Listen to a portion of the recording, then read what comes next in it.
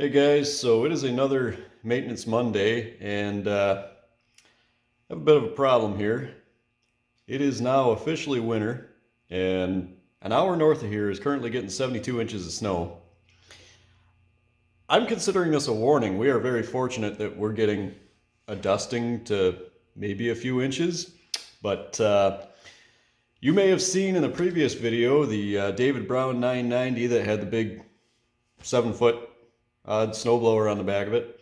Well, the fuel pump failed on the 990 this past spring when I took the blower off it. And like I said, this summer was ridiculous, and it never got fixed. Now we have snow coming, and the tractor's still broken. So today, we're going to be putting a fuel pump on a somewhere around 1969 David Brown 990. And this is the lift pump, as some people call it, not the injection pump. So we're going to show you how to change a lift pump on a David Brown 990.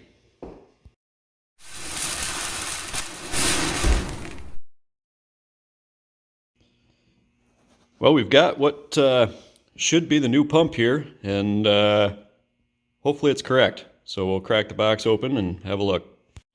Never cut towards yourself.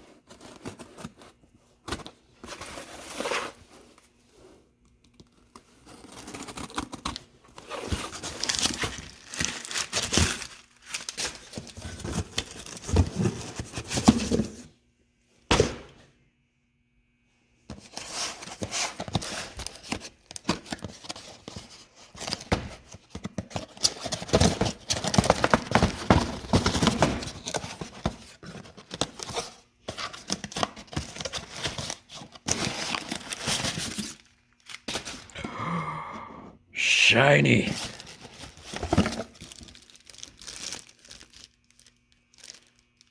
Looks right to me. All right. Well, we're going to be doing this job out in the back barn because that's where the 990 is. And the workshop is, well, it's got stuff in it. So we're going to head back there, and hopefully the lighting's good enough where you guys can see what's going on. Let's dive into this. All right, well, here's the unit on the tractor. And as you can see, this should, I'm going to eat my words for saying this, this should be a fairly straightforward operation. We will pop the in-feed and output fuel lines off first, and then we'll pop those two bolts out, and this should come right off. Now the only thing that we're going to have to consider here is that this fuel line is going to siphon as soon as we pull it off. So I'm going to take pause here and go rummage around my bins and see if I can find something to plug that line with so I don't lose half my fuel onto the barn floor while we're doing this. All right, well, found a few things to try.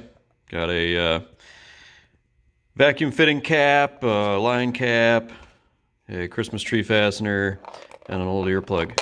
So, you know, we're going to go and rip the line off it and then experiment with each one of these while taking a slow bath in diesel fuel, and hopefully we can make one of them seal it up enough to get that pump swapped out.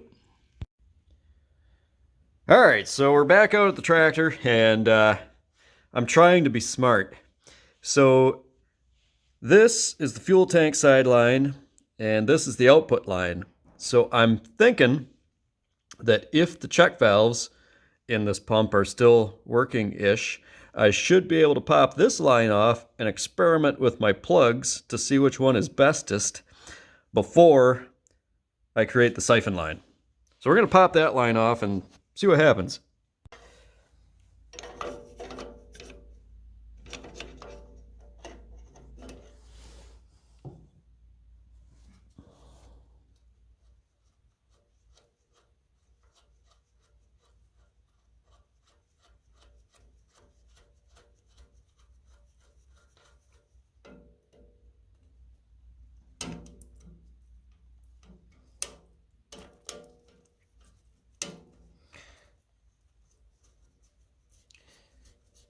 We're going to stick this back in for a second and get a bucket to put under there and not be stupid. Round two. Don't have a bucket that'll fit right under there, so we got one on the ground. Hopefully I catch most of it. Let's try this again. Oh, we're close. Just move that on over. Oh, oh.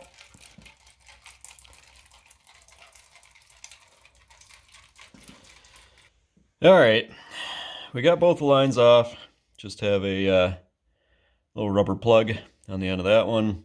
This one, unfortunately, drained back before I could get it fully plugged, so we're gonna have to reprime the system, but that's okay. Shouldn't even expect to not have to do that. So now we're gonna go ahead and take the two bolts out and pop the pump off.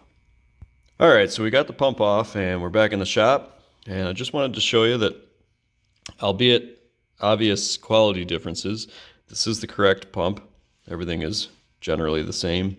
However, the clocking is incorrect on the bowl section, or whatever you want to call it, the top portion. So we're going to pop all these Phillips head screws out, and we're just going to clock this over one whole section and bolt it back down again, and then our input and output should align with the old pump. Well, we got all the screws out, and I just wanted to take this opportunity to show you what the inside of one of these looks like. You may have seen it in one of my Brockway videos, but this is your diaphragm, which does all your pumping action, and then these are your check valves. Obviously, one in and one out. That way it'll push your fuel up through your sediment bowl, through that screen filter, and yeah. That's all there is to it. Pretty simple little units, but effective. So we'll get this clocked over one, get that port lined up, and if you're ever questioning the orientation, usually the input is labeled. This one's got an arrow stamped on it, and this original one, if you can read that, there's little embossed letters on there that say in.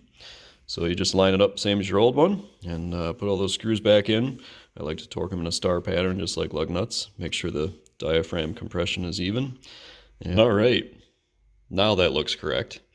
Now we've got this clocked and all back together, let's go get it put on the tractor. All right, we're back out in the barn. Got the gasket surfaces cleaned up. You can use whatever you want. I prefer to use just a straight razor blade, nothing special. Just be patient and get that nice and clean. I did put a small dab of grease on the pump actuator rod just for run-in. Probably not necessary, but can't hurt anything either, so why not do it?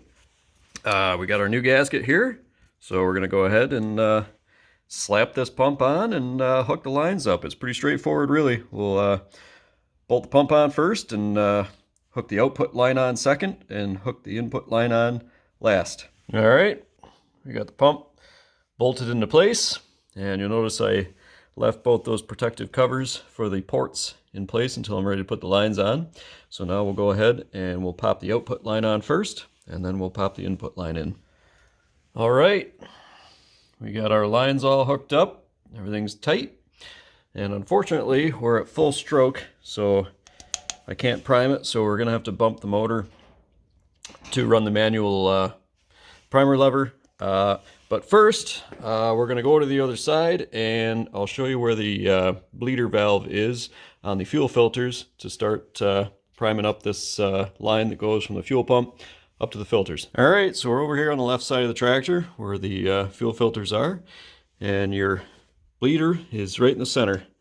So we'll just pop a wrench on here, crack this loose.